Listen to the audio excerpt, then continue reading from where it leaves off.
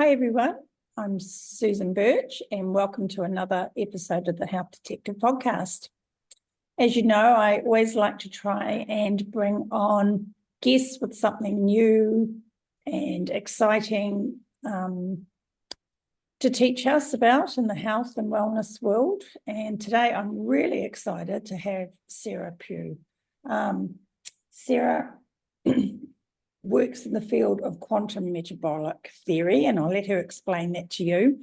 But just as an introduction, so that you know where she's coming from, she's got a degree in biochemistry genetics. I'm going to have to read this.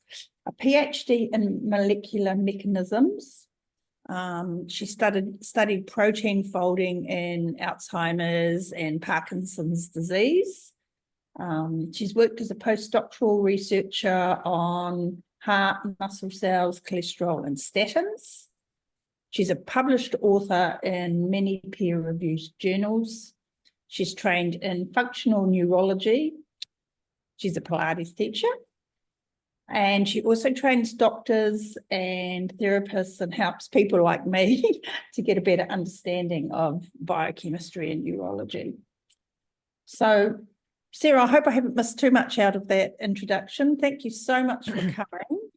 Oh, no, it's my pleasure, Susan. It's lovely to meet you in person. Well, as best we can in person from the other side of the world. And just to, you're also part New Zealander as well. So that's pretty exciting. Yes. My mother's New Zealander and I've got New Zealand citizenship and a passport. So, yes, and my father's Welsh. But I suppose that would just be counted as British or the UK. Yeah. Well, can you start off just by telling us a little bit about quantum metabolic theory, and then we can, talk about how that fits into, a ketogenic diet, and then we'll go from there.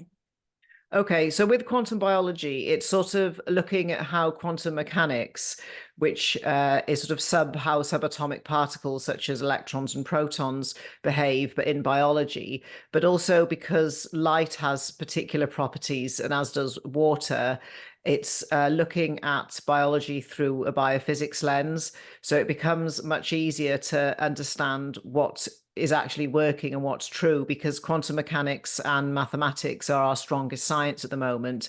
And for a long time, we've known that quantum biology or quantum phenomena can occur in biological organisms, because originally people thought you had to have a dry environment, such as in a computer or a supercooled system, but biology is very wet and warm and noisy, and quantum phenomena such as superposition and things like that, they didn't know it actually happened in organisms. And then there was a big discovery when we discovered that quantum phenomena happen during photosynthesis, which is when plants make glucose out of sunlight. I won't go into the details of photosynthesis, but we're going to be talking about mitochondria, and the quantum effects that happen in the mitochondria are huge, and the mitochondria are hugely dependent on light for functioning. And also the mitochondria are really important for ketogenic diets, because something people miss when they talk about ketogenic diets is the metabolic water that gets produced, because fat produces twice as much water because it has twice as many electrons. So this is just an example of when you break things down to sort of a quantum level, you can get a deeper understanding of something, but it provides a stronger argument about why something is beneficial for health. And it helps us understand one of the reasons why ketogenic diets can be beneficial. The other important aspects of quantum biology, we tend to just break it down into light, water, and magnetism. So light is obviously vital for our circadian rhythms, and it's not just waking up in the morning and going to sleep. It's also every single organ has a clock in it, and it needs to function at the right time. Our cells have clocks in them, so they know when they should divide or when they should die. Then we have processes which are on a timer, like detoxification and fat burning happen when we're sleeping.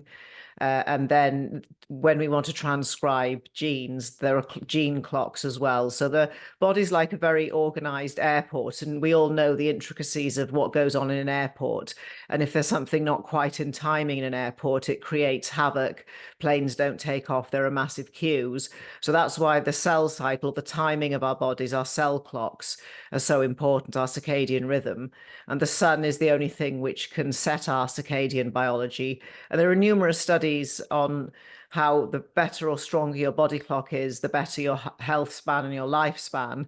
But there's also decades of studies on circadian rhythm and diseases like diabetes, cancer, depression, obesity, fertility problems, other mental health situations.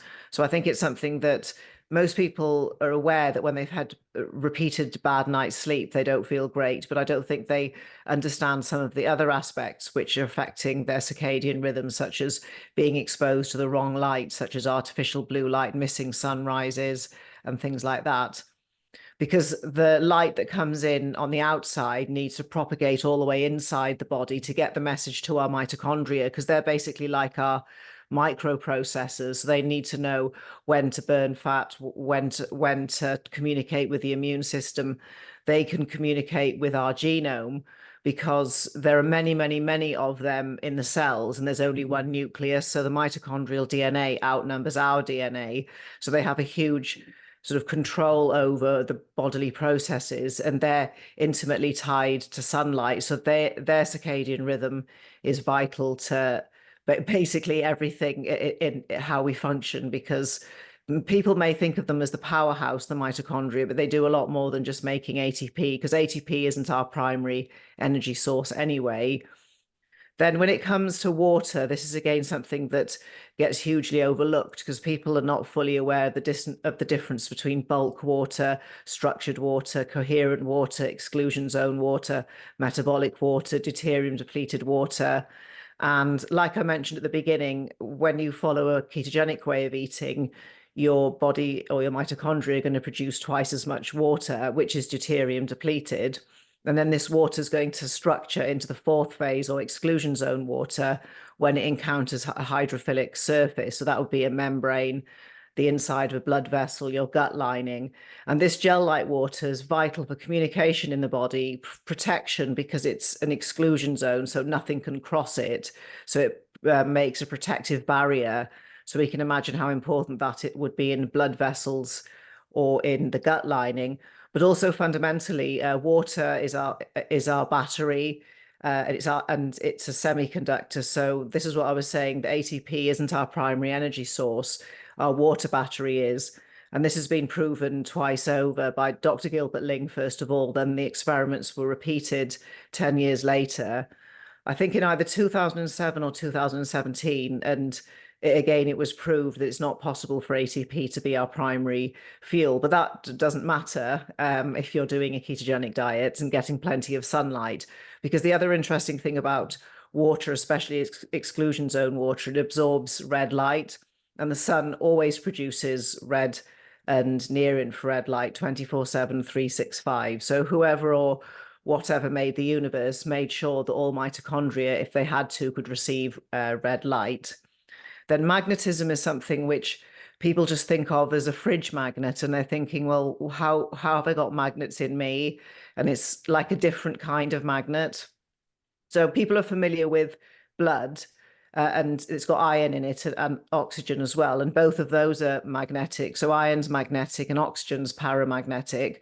Water itself is a dipole. So that's another magnet we have in our body. And the mitochondria themselves, they're magnetic because when the electrons flow down the electron transport chain, that's an electric current. The ATPase spins at 90 degrees, and that's Faraday's right-hand rule. So that means they're producing a magnetic field. So the mitochondria are magnetic, so they can draw things like oxygen and draw blood to certain organs. So they're the most mitochondria in our hearts and our brains. So they're the most magnetic organs in the body, so they can draw resources.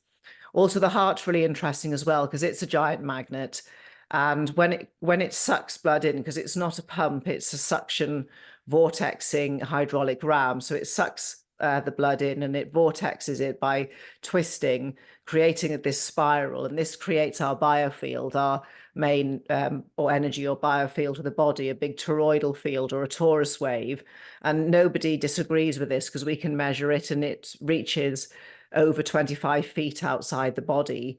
I think maybe even more. And the heart's magnetic field is bigger than the brain's. And also the heart being a giant magnet itself, it can draw the blood back to itself.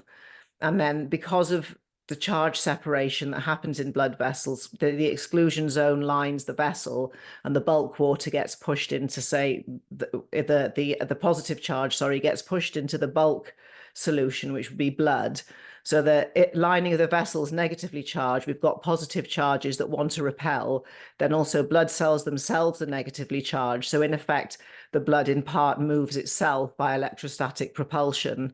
And the veins will help to push the blood back to the heart. But like I said, the heart being a big magnet itself, it can help draw the blood back up. And the reason I brought up the heart is it's one of these arguments that people tend to love to bring up about keto and why it's bad. And they've been beating this cholesterol drum for 50 years, and it's so far from the truth. And cardiologists who try to tell their patients, oh, you mustn't eat all that fat, it's bad for your heart, are so far from the truth, and they think the heart's a pump. So I think, again, when I'm explaining to people who are new to keto diets or carnivore or something, and they're frightened of the fat and the cholesterol, I just say the way that the circulation works, it's the water that's really important. You've got to have this exclusion zone water.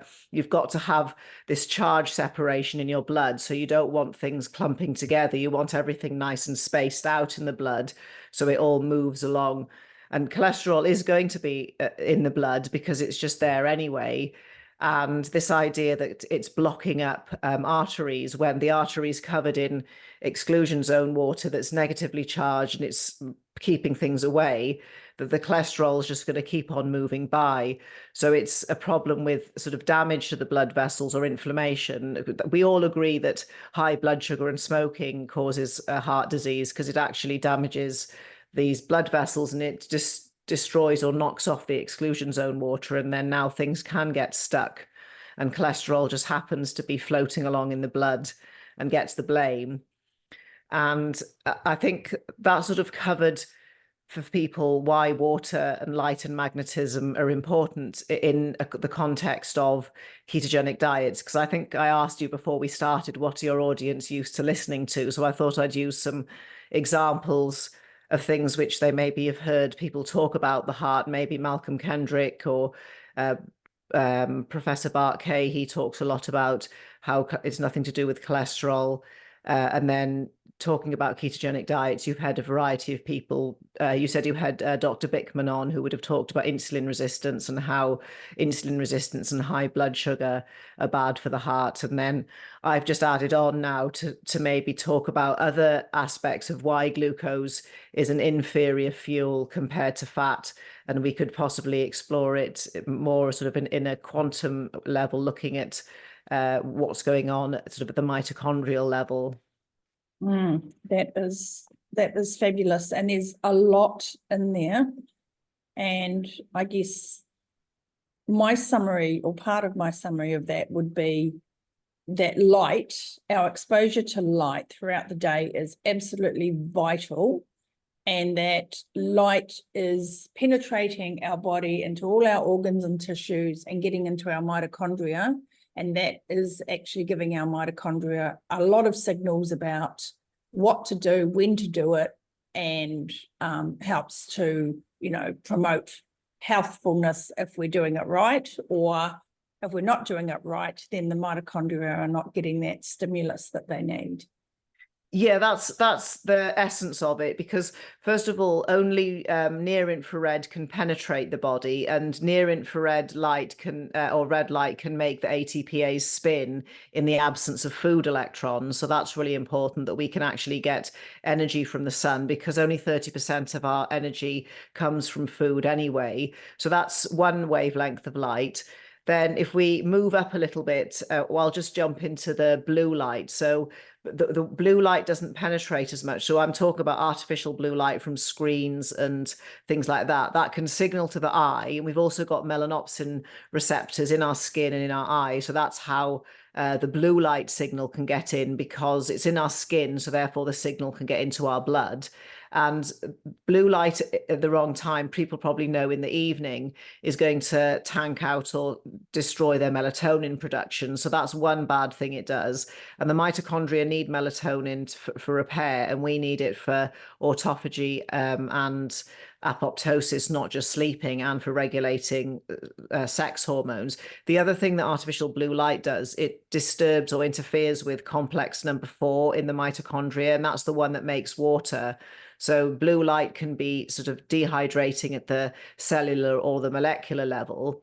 Then if we move up again a bit, we've got the ultraviolet. So they have high energy, but they can't actually penetrate very far. So this is where something called POMC is really important, pro-opio melanocortin. So that's a peptide that can be cleaved into different components depending on what light environment that you find yourself in. So I'll just, for simplicity, say if somebody was outside in the morning in ultraviolet light, it's in the morning, POMC is going to be cleaved into alpha MSH, and that's for making melanin. It also has a role in regulating our appetite, because alpha MSH also helps control appetite, and also POMC can make enkephalins and endorphins. So that's why we feel good when we're out in the sun. So that's via UV light and POMC. Then if we think about UV light again, it does something else when it interacts with the eye and the skin. And the UV light's really important for making dopamine, serotonin, and thyroid hormone, endocannabinoids. So this is, again, ties into mental health, because a lot of people have a dopamine problem, and that's going to cause sort of low mood, addictive behavior. And we need the ultraviolet light, especially the AM light, to be able to make dopamine. We need the ultraviolet light to help make serotonin out of tryptophan. So later on in the day, that serotonin can get made into melatonin so we can sleep, assuming we have a nice dark bedroom, we weren't on screens watching Netflix, we have blue blockers, and we don't go to the mall at sort of 9 a.m. and destroy our melatonin. So that's how, just briefly, some of the different colors or wavelengths of light are really important for health. And then around midday time, we've got the ultraviolet B. So that's for making vitamin D. And the reason this is really important in the keto spaces, there's always hoo-ha over elevated cholesterol, but then vitamin D is made out of cholesterol, and it's the ultraviolet B which has the strength to crack cholesterol in our skin to be able to then be turned into vitamin D. So some people have got elevated cholesterol just simply because they don't go out in the sun enough. And I've seen so many labs and I've seen lots of correlation between elevated cholesterol, which isn't dangerous. It's just sort of telling you something. And then they've got very low vitamin D. And vitamin D is really important for what we're going to talk about later, leptin, because that's sort of our overall energy accountant. And leptin is a light-driven hormone because that lives in the fat, in the body fat. It's get made in the body fat, I should say, and it sort of partners with melanopsin. And it doesn't just control appetite and body weight, it controls fertility, bone density, and a whole host of other hormones. So leptin really is a sort of master hormone, but we'll come back to that later. But it's light-driven as well.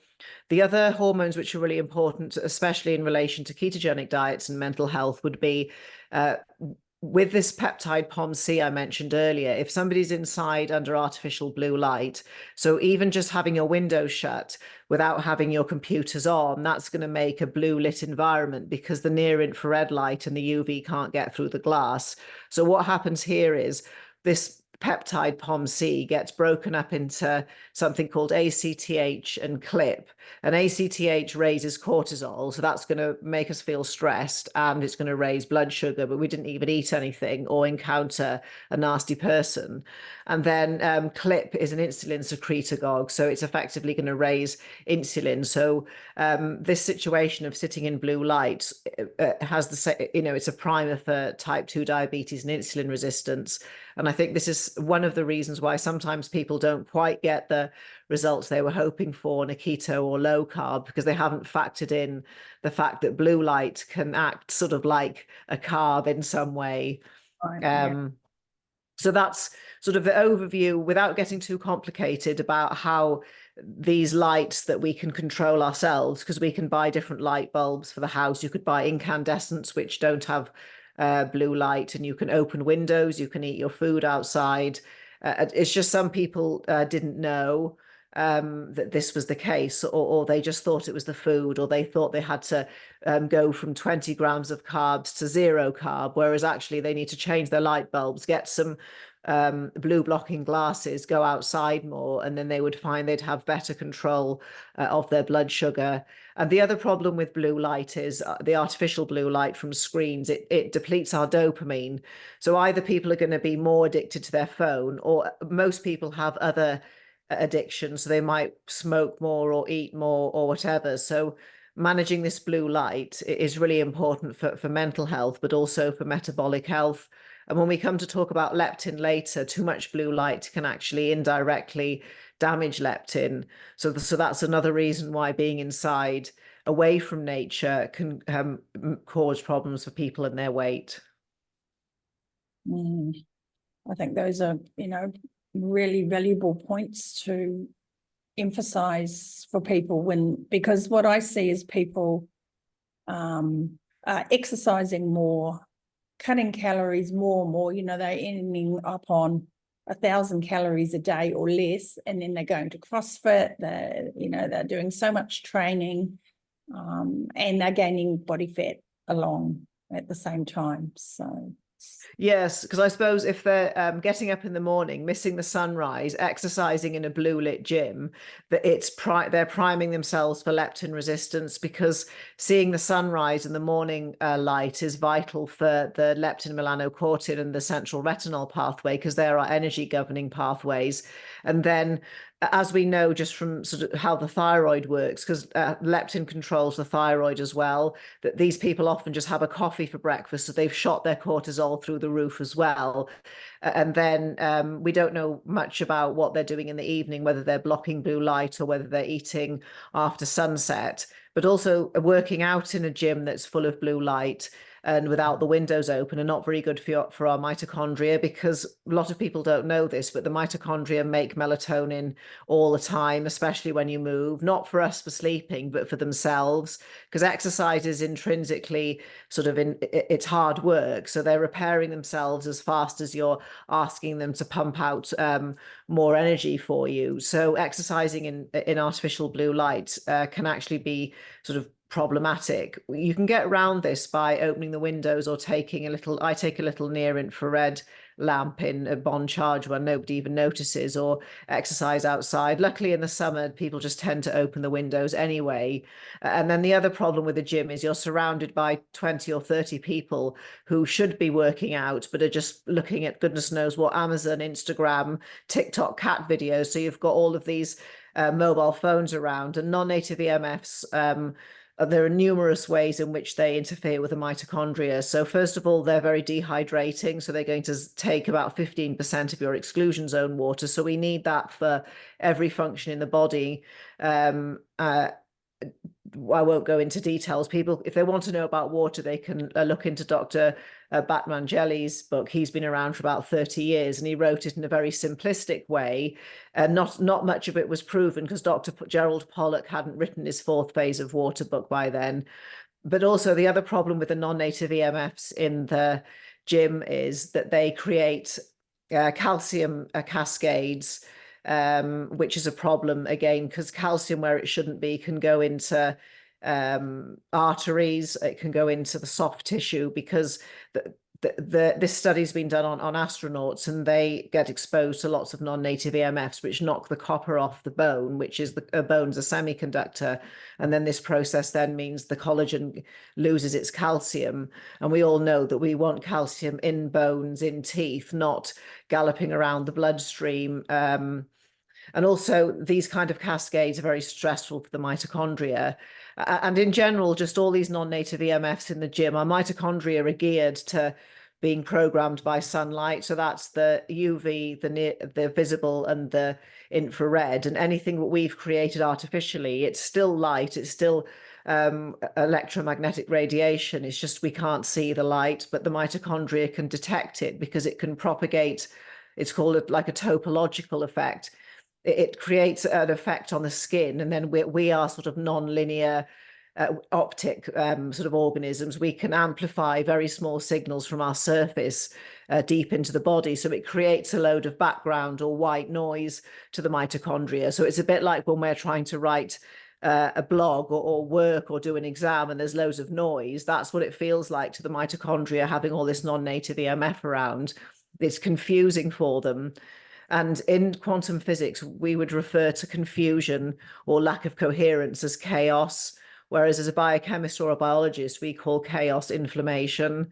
And no matter what we're trying to do health-wise, we always want as much coherence as possible and as much order. And we want to minimize chaos or inflammation, because we all agree, like insulin resistance, that inflammation causes nasty things, be it depression or arterial disease or arthritis.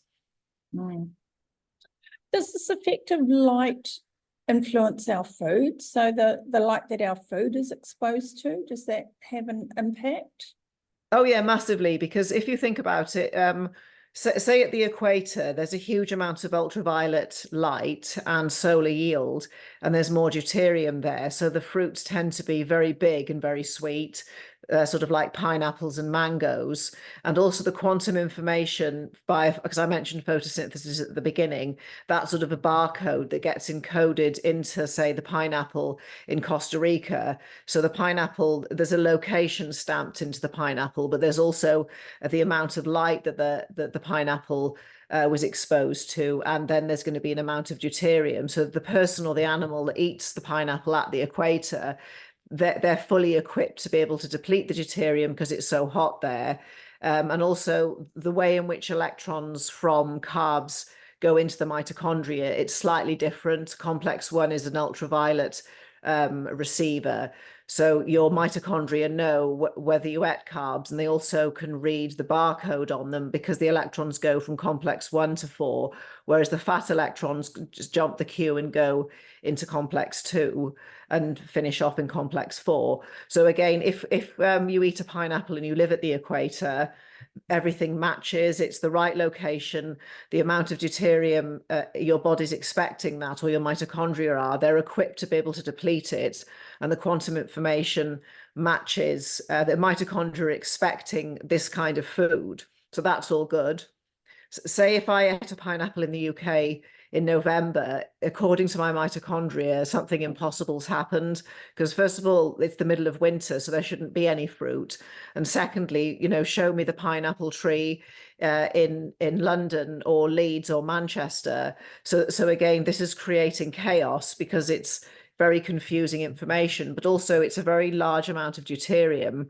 And in the winter, it's not hot and there's not very high solar yield, or there's not much UV for me to be able to deplete that deuterium. Yes, I could have a sauna or do some cold plunging, but the main problem is the information that the pineapple provided is completely not what the mitochondria are expecting, because remember, they're inside us.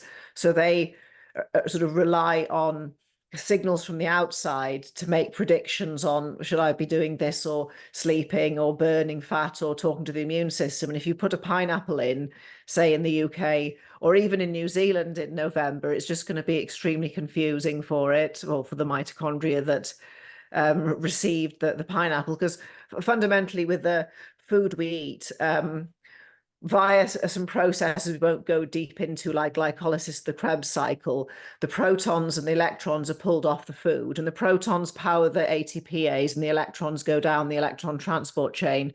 So what we eat, put in our mouths, we can literally think that's what gets fed into the mitochondria, although they can get electrons and protons from we get from other sources such as grounding and water. But we have to bear in mind what we put in our mouth, we're effectively putting it in their mouths if they'd had a mouth. Mm. I think that's a really good way of looking at it, and it might help people think about the choices that they're making a little bit better about what they're eating and when they're eating it and why they're eating it, perhaps. Yeah, definitely. But also it's the same with things produced in a factory, because it's basically confusing quantum information, because it's not even proper food, it's just chemicals. So once again, when you put, like a chicken McNugget or a McFlurry or a Mars bar in, the mitochondria are like, how did this grow? What kind of animal is that? So again, we all know that with processed food, because people that just look at things as macros, like certain people on the internet or dietitians, oh, it's okay to eat Kit Kats and chocolate biscuits and donuts as long as it's in your calorie allowance.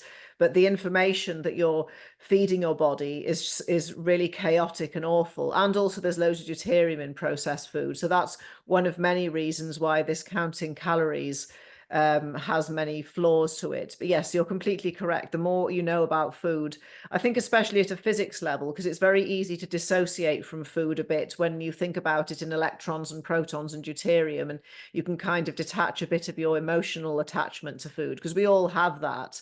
So I just sometimes find it's a useful way to reframe it.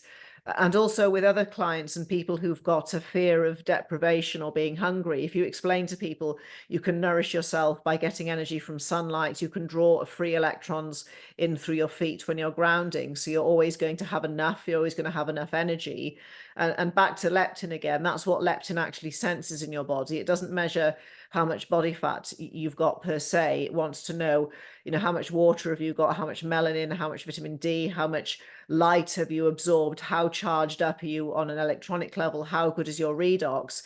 And if all that's good, leptin will think, oh no, we don't need to eat extra, or we don't need to hold on to sort of body fat. Whereas when people get leptin resistant, they can't even see their own body fat on a biochemical level. So that's where this idea of light and energy and food isn't just energy, I think is really important, especially if people who are struggling with weight loss and they're very willing to do new things. If somebody explains to them, oh, this is how it works, they might think, oh yeah, that's me all over, and I'll just change things. And that's how a lot of people can get around this sort of leptin resistance problem, because they're in this mindset that calories and food and stuff, that's our only energy, and they completely neglect all of these this other 60% of energy that they can get from the environment. And they can learn about water, they can learn about magnetism, they can learn about light, and charge themselves up that way. And then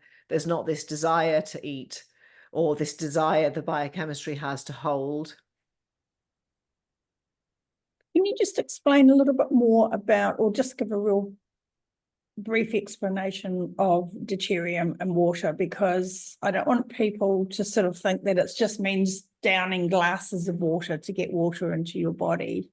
Deuterium and water are quite connected, aren't they? And, it's a really important pathway that you've been talking about. Yes, so basically with deuterium, it's a heavy isotope of hydrogen. So it's just another kind of hydrogen. It's just twice the size, because it's got a neutron as well as a proton and an electron. So it's just called heavy hydrogen because it's twice the size. And then hydrogen in the periodic table is element number 1. And most people, well, actually everybody looked at this at school. And the first, the group 1 elements, that's got sodium and potassium in it, and hydrogen's at the top. So technically deuterium would be classed as a heavy metal if we were going to talk about it correctly. So it's not evil or anything, it's meant to be there. It's just bigger than hydrogen, it's got a different magnetic moment. And then when it forms heavy water, it's got a different dielectric constant, so it can hold a different amount of charge, as in less. we'll come back to that in a moment. So the main problem with deuterium is because it's twice the size of hydrogen. And I mentioned earlier that when we eat food, by some biochemical processes, a proton or a hydrogen gets pulled off, and then an electron, and this goes into the mitochondria. The hydrogen goes down the ATPase, which spins, and ATP comes out. If you try and put a deuterium down the ATPase, it's too big, so it gets stuck. So it's like trying to put like a watermelon down a garbage disposal thing, or loads of oranges in the kitchen. It just breaks it because it just blocks it all up. And then that's going to cause inflammation. That's going to cause the mitochondria to die. That's going to compromise the cell the mitochondria is in, and then the organ which the cell's in. So deuterium is harmful in that way because it damages mitochondria. And then 85% of diseases are linked to faulty mitochondria, be it cancer or diabetes or whatever you want to name. So that's one reason deuterium's a problem. As I mentioned before, we've got this very intricate water battery that is charge separated, so current can flow. We can store charge in this from light. And the thing about deuterium, if this goes into because deuterium can form, it would be a DHO, so it would be heavy water. If that goes into our water battery and there's too much of it, the dielectric constant of deuterium water is half of ordinary water. So that means it can only hold half the charge. So it's like having a battery that's, when you charge your iPhone up and you leave it overnight too many times and the battery doesn't hold as much charge as it used to, the phone goes flat by lunchtime. That's what it's like for your water system or your water battery or your water semiconductor system, however you want to call it, if there's too much deuterium in it, because it doesn't have the same ability to hold charge. So again, not to get frightened of deuterium, because it's allowed in the blood. It's really important in the blood and the cerebral spinal fluid. It's allowed in there. It has a very important purpose. It goes into our collagen because, like I said, it's bigger and it can provide tensile strength. So it can get sequestered into our collagen, and it's allowed in there as well. We just don't really want too much of it in our water battery. We don't want excess of it, so it starts to attach itself to our hormones or our neurotransmitters, because it's going to make them look slightly different to their receptors. And we definitely don't want the deuterium in the mitochondria. So inside the mitochondria, it does have the ability to check, because there are quite a lot of chemical reactions that happen before the glucose goes into the mitochondria. So it can check that there's no deuterium trying to sneak in, sort of like bouncers at a nightclub. Fat naturally is very low in deuterium. So that's another reason why ketogenic diets are really helpful, because they're intrinsically deuterium depleting, because fats are about 120 to 135 parts per million of deuterium, where glucose is 150. But our bodies do have checkpoints. So say if somebody ate a piece of birthday cake at their children's party, or some people do really well on low carb or cycling carbs in and out. So not to be frightened of deuterium, because if you eat fruit seasonally and locally, like I said before, you've got the capacity to deplete the deuterium because it's hot and sunny, or you can deplete deuterium by having saunas. If you've got a good body clock, like a circadian, if your circadian rhythm's strong, you sleep well, removing deuterium is sort of like its own sort of detox. So if all of your cell cycles working well, you see the sunrise, you see the UV rise, you get plenty of sunshine in the day, you see the sunset, where blue blockers sleep well, that's going to help the deuterium out as well. So in a way, if you live a quantum lifestyle and eat seasonal and local produce, even if you do eat something like a lemon or a banana because it happens to grow where you live, chances are the environment in which it grew in and you live in means the deuterium is not going to be a problem. However, if we eat seed oils, which are something like over 200 parts per million of deuterium, that's overloading the body. So it's alien really to us. We made seed oils, so all this deuterium is too much even for our checkpoints. And then again, processed food is loaded with the deuterium because grains are very high in deuterium. Processed foods got seed oils and other trans fats and hydrogenated fats, and they're very high in sugar. So that's where the deuterium would come from food-wise. sure, we can get deuterium from drinking water as well. And the deuterium content just depends on where you are relative to the equator, because the closer you are to the equator, the more deuterium there is in the water. So the further away you go, like Scandinavia and Scotland, and stuff like that, there's much less deuterium because it's further away from the poles. There's lots of deuterium in the water in Australia. That's one of the issues there. So that's kind of briefly how, so you can buy deuterium depleted water, but I would say to buy that only if you're going to do a ketogenic diet, have saunas, have exercise, avoid eating more deuterium, fix your body clock, because like everything, there isn't a magic, thing you can do to allow yourself to just be a complete hedonist. But for somebody who, say, is struggling, using the deuterium depleted water can help them over a hump. But they already wanted to improve their health. They just were stuck because, like I said, deuterium's like a metabolic burden, and there are some people where it has got too high. And if you can use the water to help get some of it out, they'll start to feel better, feel more motivated with their way of eating, get excited, oh, this is working, I want to do a ketogenic diet properly. And, so it has its place. And there are lots of studies on deuterium depletion for cancer, like people like Dr. Gabor Shomali. So hopefully that sort of covered deuterium without going too complicated, but explaining to people what it is, why it's not a good idea, why it's not evil, where do you get it from, and how do you get it out of yourself? Because that's sort of fundamentally what people want to know. So, Sarah, would you now take us through, you've given us a high level view, an overview of, some of these, quantum processes. Can you take us through how you incorporate those into, diet therapy, or, that you work with your clients? How do you integrate that? Okay, so first of all, if I'm working with a client and they've got a horrible circadian rhythm, I'll do that before I work with changing their ways of eating. And also, if people are drinking tap water, I'll ask them to get a distiller and teach them some basic remineralization, which is very simple. So I've covered the light part, which would be the circadian rhythm, and then the water, because it's easy to buy a distiller. You don't have to do anything. You just have to buy it and then press a button, and it can be life-changing for people because it gets all the fluoride out, because that is a massive sort of energy and an electron stealer. We've just had fluoride legislated pretty much throughout New Zealand now, so we're all drinking fluoride water. And right, okay. Yeah, chlorine was put in it a few years ago as well, compulsorily. So yeah, so that's why a distiller and a reverse osmosis system will get all of the crap out, because the filters just can't cope now with all the different pharmaceuticals and everything. But a distiller is very cheap and it's very easy. So that's where I'd start with people, because it's a low-hanging fruit.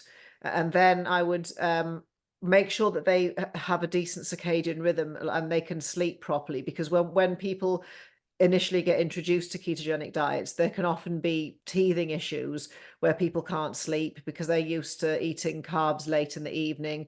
So I would ask people to see the sunrise, get their UV rise, start grounding, and start to deal with blue light in the evening. So at least I know I've done what I can to help them sleep better. Then if they were coming from, say, a standard American diet, I would just ask people to give up sugar, gluten, and seed oils and soy next. And that's going to give sort of, they're feeling like they're doing something. And then I would move them into whatever the time of year was, because they might be going into keto, they might go into low carb, and then some people really want to do carnivore. But I would say it's much better to get a baseline with the quantum stuff first, and then especially going from standard American to carnivore is a huge jump, or standard American to keto. And then there are different ways you can get people into these different ways of eating, because there's always going to be people that want to pull the plaster off all in one go, and I just let them do that. And other people, you can do it meal by meal or gradually start to drop the carbs down. then it depends on the season, because I tend not to do strict keto with certain people in the middle of summer, because like I was saying, from a circadian perspective, you have more wiggle room with sort of fruit and produce. So it could be 50 or 60 grams of carbs a day, or they might be keto and then have some fruit, say if it was a female around her, just before her cycle, or if somebody just felt like that they needed a bit of fruit, and then they go back into keto again. Then when it comes to winter, that's a time of scarcity. So it's a perfect time for fasting, carnivore, 2-to-1 ketogenic diets, using dark as a therapy. So that's how I would approach it. I would time the eating with a season, but also then people would be eating in time with when the sun's coming up and down, that there wouldn't be any eating before the sun gets up, and no eating sort of 8 or 9 p.m. at night, because first of all, it tells your body it's daytime, and secondly, it interferes with leptin docking to the hypothalamus, so it just causes leptin signaling issues. And then, so that would be eating in time with the sun. That then, say for people who are completely okay with carbs, or it's beneficial for them, or they live somewhere very hot, because the most UV is at noon. If people are going to have carbs, they can have it at lunchtime, because when the UV's gone, it's just red light at sunrise and sunset, that sort of more fasting time. So people, I prefer people to have just fat and protein for breakfast, and then generally sort of a smaller meal. So if they want to have something with carbs in it, this is somebody, so in summer in something like Spain or Atlanta, Georgia, somewhere like that, where it is very hot, that they would have their carbs at lunchtime. But it's all person dependent, because again, there might be people who are epileptic or have bipolar, so it's better to just start them off with a standard ketogenic diet. But I would do all of the circadian stuff first, because it's free, it's natural, it's easy.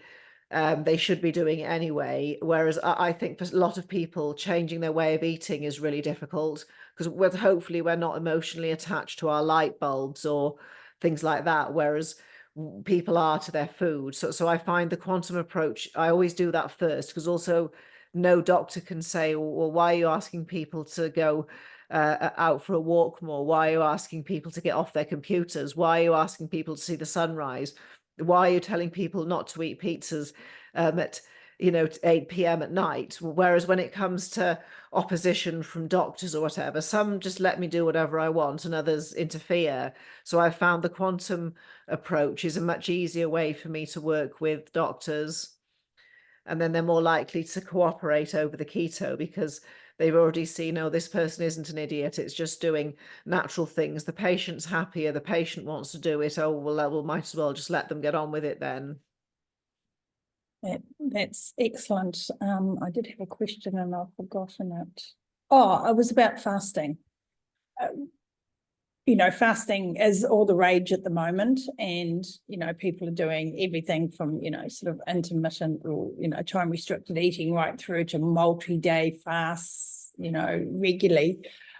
Do you have any, thoughts, any sort of guidelines around that? Yeah, I think if you're leptin resistant, don't fast, because your AMPK pathway isn't going to be working properly. So you're not going to get the benefits you were hoping for. But also with fasting, it's been around for like thousands of years. And, so I think if somebody's metabolically healthy, there's lots of benefits to it. It's just when people are doing, especially women, say over 30, missing breakfast every single day, because food's a zeitgeber or a timekeeper.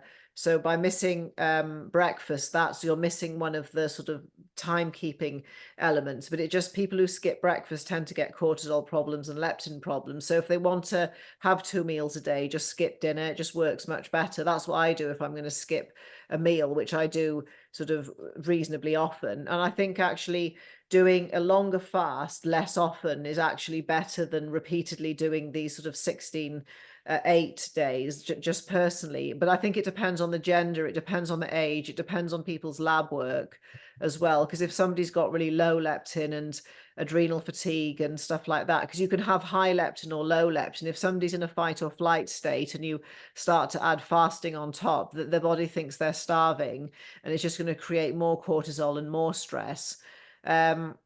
So again, like a person dependent, because I once did a 7-day fast for charity, but then I can't remember how old was I, something like 42. So there was nothing wrong with me. It was just sort of uncomfortable. And then you find it hard to sleep after about day or 4 or 5. But I haven't got anything against fasting at all. I've just got things against people using it for the wrong reasons. I think it's really important for religious and spiritual practices. It can be really helpful for obesity and autoimmune and sort of giving the gut a rest. Obviously, it can be a problem for people who've had eating disorders, because it can trigger binge eating or anorexia over again. But I think also we're not supposed to eat all the time, and snacking is going to mess up our liver clocks. So if we have more than 3 meals a day, the clocks in our liver get messed up, and then the liver isn't as good as doing gluconeogenesis as it could be. That's making glucose. So then people complain to me, oh, I wake up at night and I'm hungry. And it's like, yeah, that's a, I told you not to snack. And, so people should be able to manage the night, whether they're burning ketones or not. It doesn't make any difference, because our liver can produce all the glucose we need if its clock's right. So I haven't got anything against fasting at all. And there's, like I say, you can do water fasting. If you do a dry fast, then that can accelerate autophagy, sort of, and because and it sort of quick jumpstart things. But on the other hand, I'm reading a lot of Dr. Batmangelli's books, and he's all about the importance of drinking water. So there's these two camps of people. Like Dr. Borosh is not a fan of drinking too much water, whereas other people are. And I've got friends who love dry fasting because they just say it's better, whereas for others it's just not a very good idea. And there are just so many different kinds of fast. I always ask people, why do you want to do something? Even if somebody says, oh, I want to lose 50 pounds, it's okay, well, why do you want to do that? Or if someone says, I really want to do a water fast, it's like, why? Because you always need to have a reason. And then you can help people have a way of eating to lose the 50 pounds that's compatible with their expectations, their subconscious, their partner, their family. And then the same with the fast. Then they can, if you know why do you want to do something, you can choose the best fast for them so that they get the results they want. Because you can ask 20 different people to do a 3-day fast, and you're going to get 20 different opinions, 20 different sleeping patterns. So I think it's like a keto diet. There's potentially 8 billion keto diets on the planet, because every single one of us are going to do it slightly differently. Same with the fasting. But I think it's really interesting and useful. But definitely, if people have got adrenal fatigue and bombed out thyroid and leptin resistance and broken AMPK pathway, they need to heal their metabolism first, because also you can produce a lot of hydroxyl radicals if you fast when your body's already sort of grinding along in the first place. And what about fat fasting? Is that a way of increasing your deuterium depleted water? Oh yeah, it would do, because if you just didn't eat anything, your body's just going to use your old and damaged proteins, and it's going to use your body fat. Whereas if you do a fat fast, it's just going to burn your fat and that fat as fuel. And that's going, like I said, fat's low in deuterium. So yes, it would be about the same, because your body's got to burn something when you fast. So it'll either burn your fat or the fat that you put it in, but fundamentally it's just burning fat. So the mitochondria are going to produce deuterium depleted water, and lots of it, whether you eat just olive oil or whether you just drink water. I just think having a fat fast can be easier for certain people, because it's the act of putting something in their mouth, or for some people who get really massive mega cortisol issues, it can be something just to dampen that down a bit. Even though they technically are all right to fast, there are just some people whose cortisol seems to go up more than others when they fast. And some people find it hard to sleep on a fast, so maybe a fat fast can be beneficial for them. And I've come across information about like the lean mass hyper-responders, where the cholesterol really, are you familiar with Dave Feldman? Oh yeah, Dave Feldman.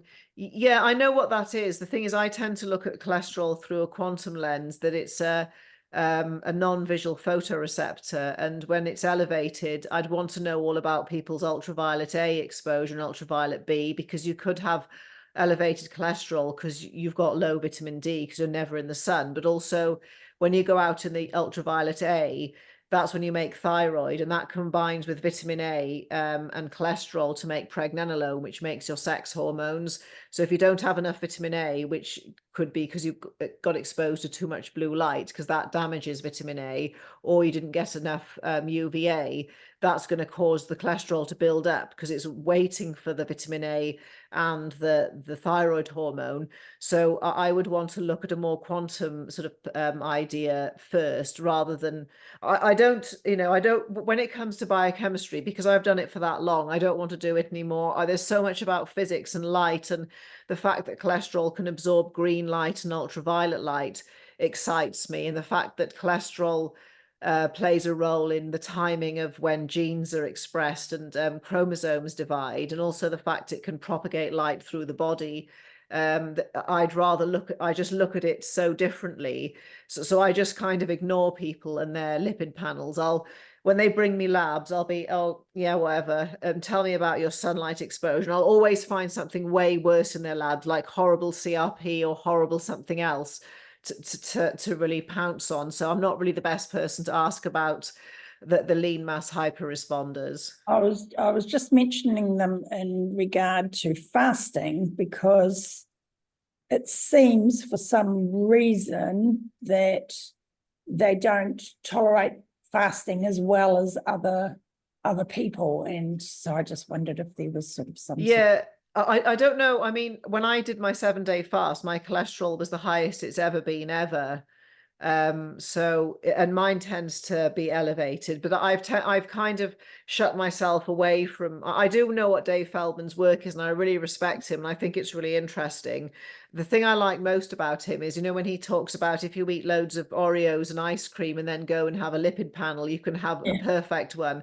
I think that's much more compelling, because the lean mass hyperresponder, I don't really understand. It's just one of those things. I'd rather take myself on a quantum journey, because I think there's so much more to cholesterol that we haven't even discovered. It's like a time crystal. It's a time telling, light propagating messaging molecule, not some kind of monstrous thing that people think it is. I But also, have really sorry. high. Oh, I was going to say I have very high cholesterol. My LDL is 16.9, or last time it was tested. I don't really. Oh, right, yes. But I do all, I mean, I'm out in the early morning light. I always get the evening light. I wear blue block glasses. I work outside in the. Do you wear sunblock? No, not very often. Did you go outside naked to sunbathe? Because unfortunately and what's your vitamin D level? Because that's kind of the test. I don't go naked, but I have, in summer I wear shorts and singlets, and, I mean, Yeah. I'm so sun damaged and wrinkled from being out in the sun without No, any. you're not, you look fine. But I also have the ApoE44 gene, so I don't know. All right, okay, yes. Yeah. So it's even more important for you to be able to manage your cholesterol with light. But on the other hand, that's like a receptor. But also when it comes to genetics, it's like the genes load the gun, but the environment pulls the trigger, and it's only like less than sort of 1% of its genetics anyway. And genes, there's talk, and I do believe in it, that genes just encode for semiconductors in the body, and all of these sort of diseases and things that are so-called genetic. My degree was in genetics and biochemistry, so I'll hands up say my degree was complete waste of time, but that's fine. I just think there's the human genome and everything's overhyped, and it's the environment is the important part as well. And it's obviously the environment in which your genes find themselves in is going to decide what phenotype or what gets expressed, and we've got a lot of control over our environment. Sarah, this has been really fascinating, and I hope people will look further into this, and it's definitely an area that I need a lot more education in. I believe you run training courses and things for. Yes, I do. Yeah, I've got lots of free content because that's really important. So I've got Substack, I've got Instagram, I've got a YouTube channel, and TikTok, all different levels, whether you want a long video, a short video, pictures, or a blog to read.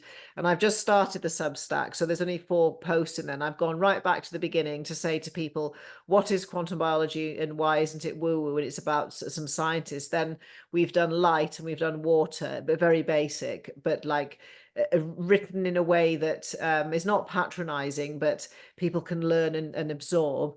But then I've got some certain sort of lower level courses that people can do. I've got a group coaching. That's where we have Zoom, a live Zoom, and people can post in a forum. And then I've got a minerals course and I've got a basic quantum biology course. But my latest thing is I'm just getting a quantum ketosis for practitioner course accredited, and as you may know, it takes absolutely ages. They keep sending it back with corrections, so there's already a version of that available, the beta version, which I did in conjunction with the Quantum Biology Collective. If people were interested, we did it to 25 people just as a beta version, and then I've got the version that comes with CPD, which is for practitioners, that's just being for about the 50th time tweaked to standards. So that's the level. I've got something for everybody, for people who are just brand new to this, who want simple things, people who want to spend a little bit of money, or people who want to actually do a course and get some CPD so they can sort of use it with other people.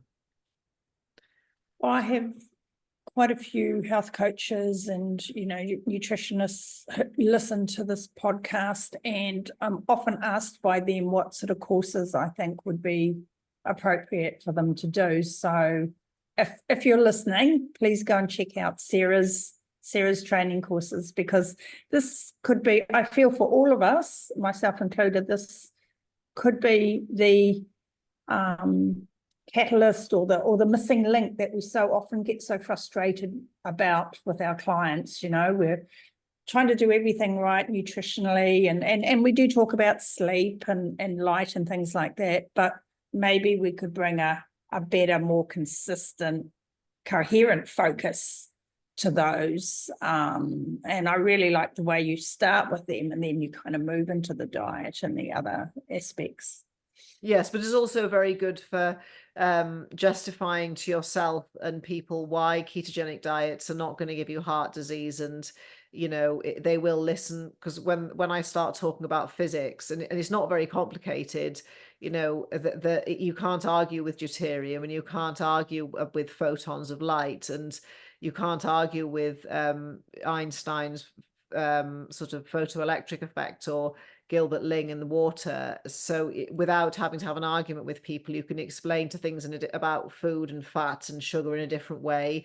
And deuterium is a very good pivot point for practice, for either persuading people why they shouldn't be eating processed food and sugar, but also for just explaining to somebody else's doctor why you're doing this way of eating. And you can't really argue. Deuterium is a pretty bomb-proof argument, and it's quite sort of ironic that deuterium or heavy water is part of making atomic bombs.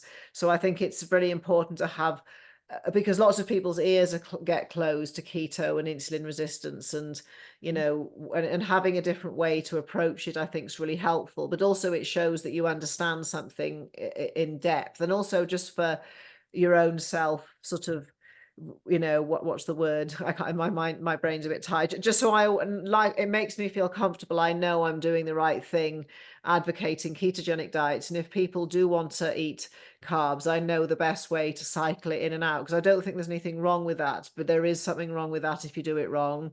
So and also to stop people being afraid of certain foods, and how to if people want to have an allotment or something, there's nothing wrong with growing your own fruit and vegetables and eating them. That's even better. But anyway, that we've kind of digressed. But it's just, I think, like you say, the light aspect and leptin, and just the fact that only 30% of our energy comes from food. I think that's a really important take-home message for people, that they're missing a trick or two.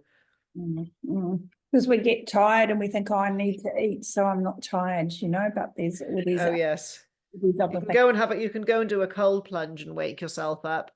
That'll get your leptin sensitivity better and your blood sugar down and your dopamine and your noradrenaline up. So yeah, there's always ways we can use sort of physics, heat and cold and light and water for people.